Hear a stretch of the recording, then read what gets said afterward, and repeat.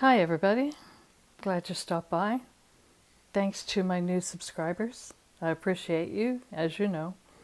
And if you're new to this, I'd appreciate if you'd subscribe because we are trying to get to 1,000 or more. It's our goal. So this video is about, or does include, setting up the Napier Sportz Cove. And I have dubbed it the Honda Cozy because it's a neat little unit that sits on back and it just makes things cozy for us. But it's not just about that. It's also about engaging in life. And that's what I would encourage you to do. However you do that. I think one way is to get involved in something new, something interesting, something you haven't done before, so that you can add value and interest to your life. So let's get engaged.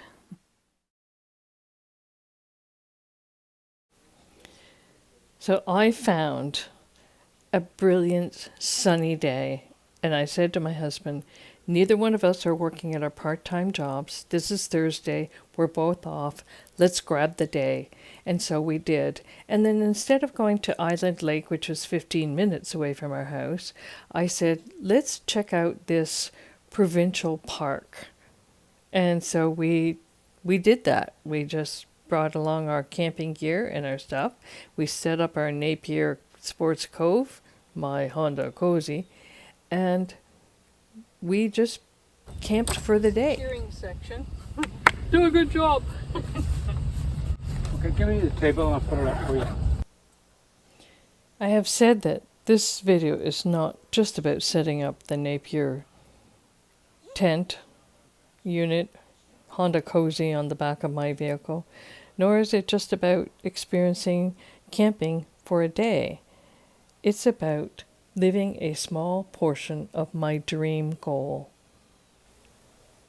And for you, it can be about engaging in life, encouraging you to engage in life.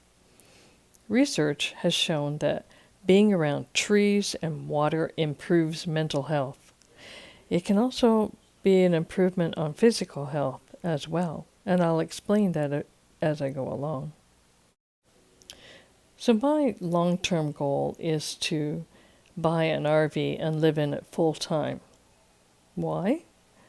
Because I want a small place to look after and something to call my own. That dream includes being in nature. It includes cooking outdoors. It includes enjoying the fresh air, walking and hiking, and now it also includes kayaking.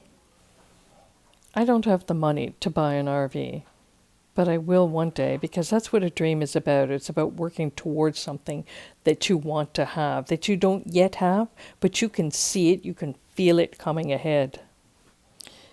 Going car camping for the day, if you want to call it that, day camping, is just taking a small portion of what I want to do in the longer term and trying it on and enjoying it. Why do I have to wait until I have the fulfillment of a dream in order to enjoy some of the elements that I want in that dream? And so I take the car out and I do a small portion of what I like. I know that I sleep better when I've got a lot of fresh air, when I've enjoyed a lot of fresh air. I feel better when I challenge my body. At almost 70, with rheumatoid arthritis, which was diagnosed when I was 21, challenging my body is something I do every day. But with camping-related activities, I believe I'm also stirring up more of the feel-good chemicals in my system. And that helps improve my overall health, and it helps me be more mobile. The more we move, the more we stir up the blood flowing through our system, which flows over the joints, and it nourishes the joints. And so, in the long run, my joints serve me better. Make sure you're around the edge there.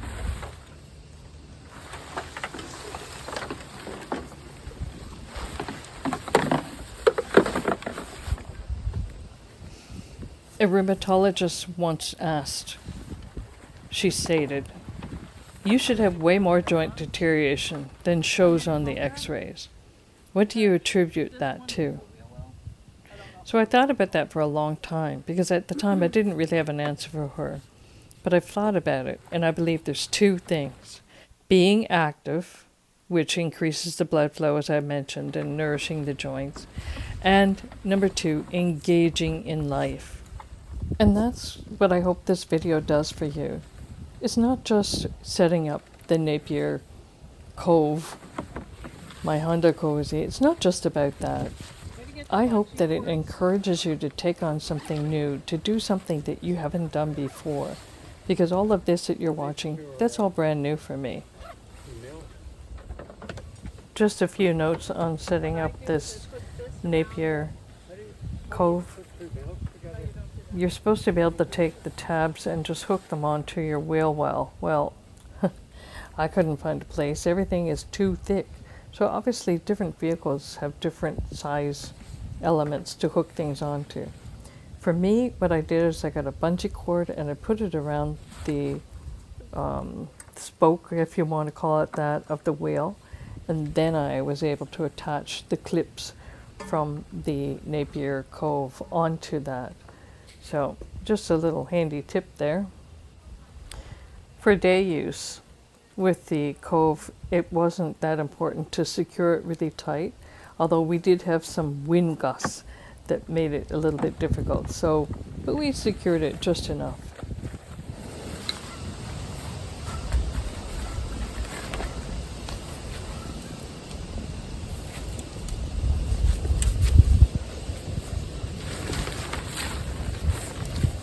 Hello, come back now.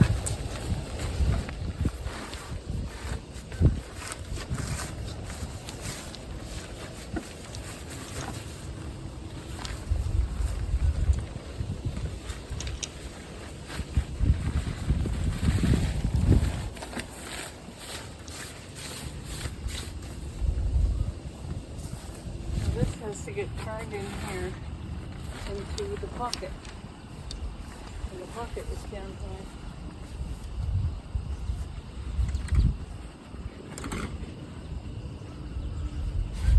So here it is. That's one pocket. Oh! It's hitting the camera. And the other pocket's on the other side, so it gets bent over. Right. Obviously the other pocket's on the other side, but, and then you attach the Velcro things on.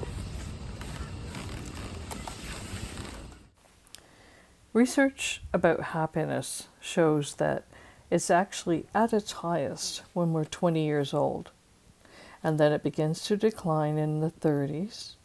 It reaches its lowest point mid-40s. Did you ever experience that one? After 50, it starts to rise again. That's encouraging. And it continues rising through the 60s. As long as there's good health in 70-year-olds and onward, happiness levels can be as happy as a 20-year-old. So I'm just going to say that again. In your 70s, you can actually be as happy as a 20-year-old. I'm not sure if that means that we should act like them, but we can definitely have the happiness level. So I had to ask myself, why would being 20 be the happiest of all ages? I asked Stanley what he thought about his 20s. They were pretty good. It's when he immigrated to Canada when he was 21. So research tells us that in your 20s, it's a time to explore, experiment, and get to know yourself more.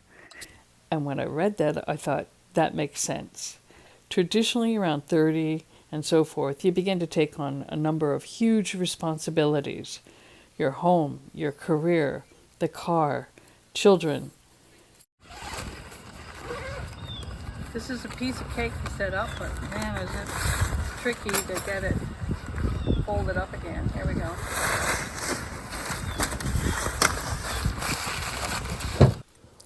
In your 70s and plus years, many of those things that you had taken on the burden of responsibility, many of them are completed now. And so you have fewer responsibilities, hopefully, and the load lightens. We can definitely revert back to explore, experiment, and do new things. And I think that that's one of the attitudes that we should take on as we age.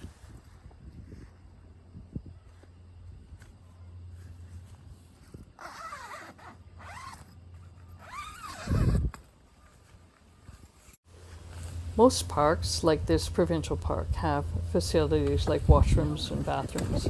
And there was one nearby, but I like to have my own unit handy.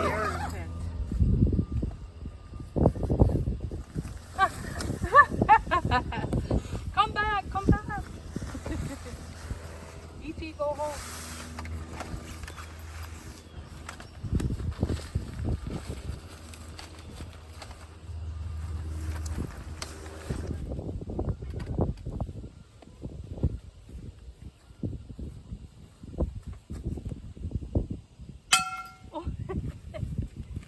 Oh no, I tore it right off. Well, did I test it, put it through the thing? Okay, we trade spots.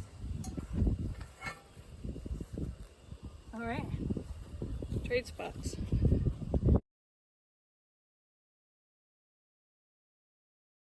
It's nothing like hitting a pig with a frying pan.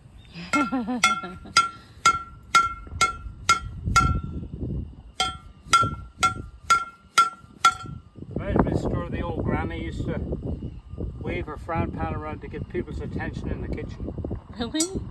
Oh yeah. She'll hit you with me frying pan. Okay, I never had a grandmother like that. But it probably never really happened, she's just threatened. Right, yes. Okay, so now... Hello? Anybody there? So where I don't have the top piece on that, do you think the air will just sort of flow through as opposed to try to take it up? I think it'll be alright the way it is. Okay. But that thing...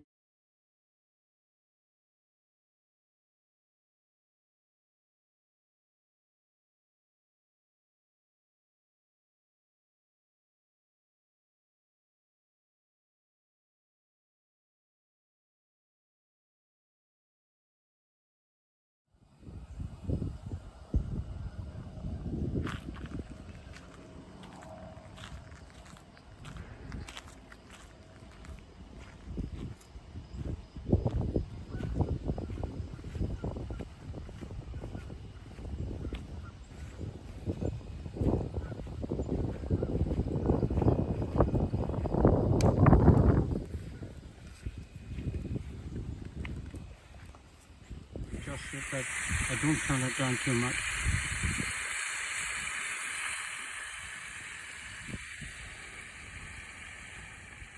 Back to cooking for me, eh, Stan? Hey? Back to cooking for me. Yeah. The bees were a little bit of a problem, so we gave them their own food, a little bit of iced tea and coconut butter.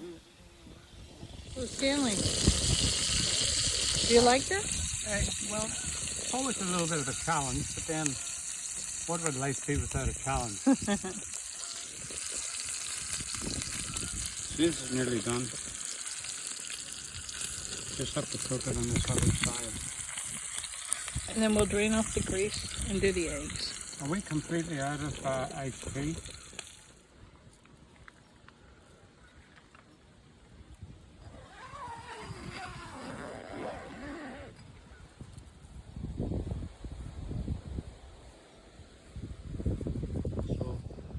Well, it's got a lip. It'll go in.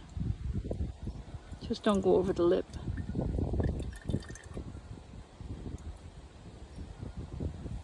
There we go. Just leave it there.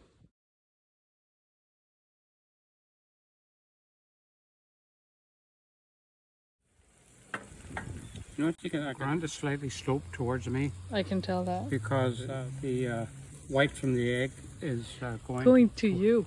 going to me. Let's go to Stanley. Yeah, I could see that by the way the tent is leaning as well. It's leaning in one direction. We gave the bees their own food, but they decided they liked my empty mug from my iced tea. I've been going over to this. Where's the bees? Scramble on. It'll work.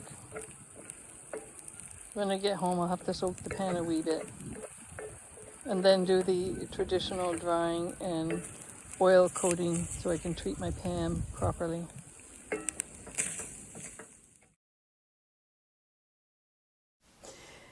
So we ended up having a late breakfast.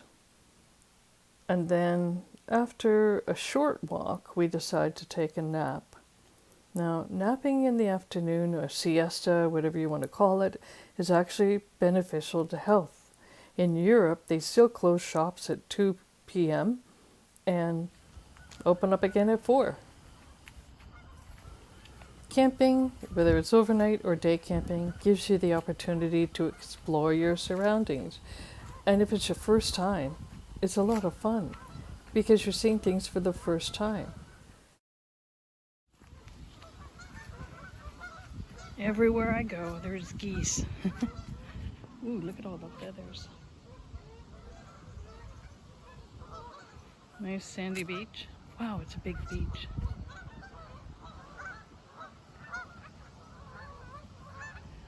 Well, once again, I'm going to try to sneak up on the birds. Ooh, this is a nice sandy beach for Ontario. It's not Bradenton, Florida for sure. Their sand is beautiful. As my friend once said, like sugar.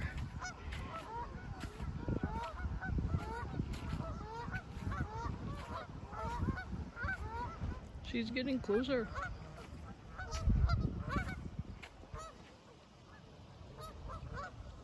You have birds, you will have poop.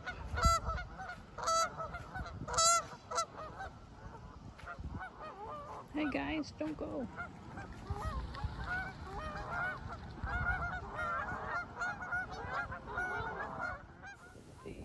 The Parks and Recreation fella came and scared all the birds into the water.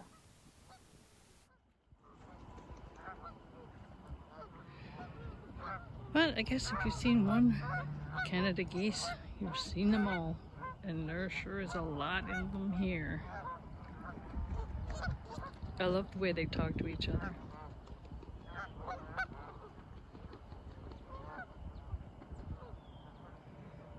Apparently you can swim in this water. I saw pictures of people swimming in it. You can fish, and it's definitely a place to go kayaking. Earlier I saw 2 people put their canoe out into the water. Now, I can't wait to come back here in the summer.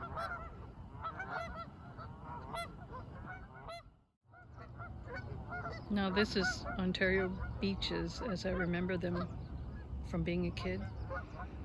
They're not the soft, sandy beaches you get in Florida. They're a little bit more rocky and stony, that's it. Now, you can get beaches, nice and sandy ones, someplace, but not here. But as a kid, we just didn't care. We'd go out into the water and brave the cold and have a fun time.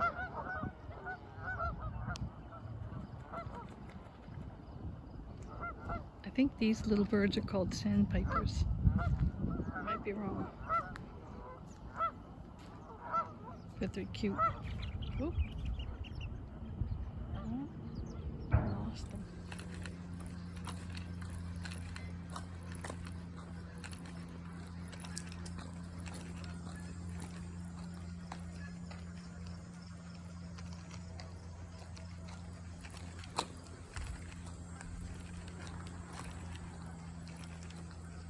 There's a whole lot, they're all just quiet in the same place. Yeah. This is like just like Island Lake, it's all shallow, at least here. Oh, look at that there. They have little decks out, Look at here. just like Island Lake.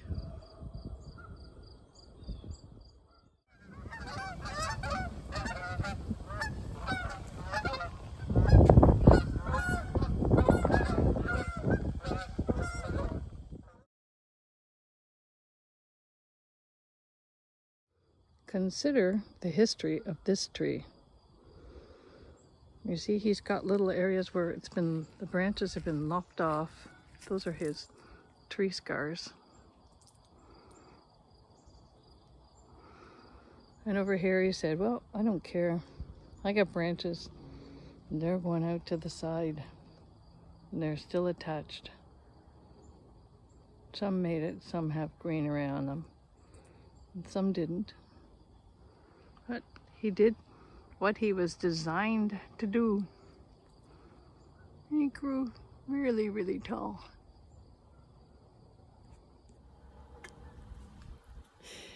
It's funny, Stan, how we go into these inconvenient things and then crawl into a rig and try to go to sleep when we could just stay home and be in our nice, comfy bed. And yet, we like it. We like this great inconvenience. Thanks for watching. Stay tuned for more adventures.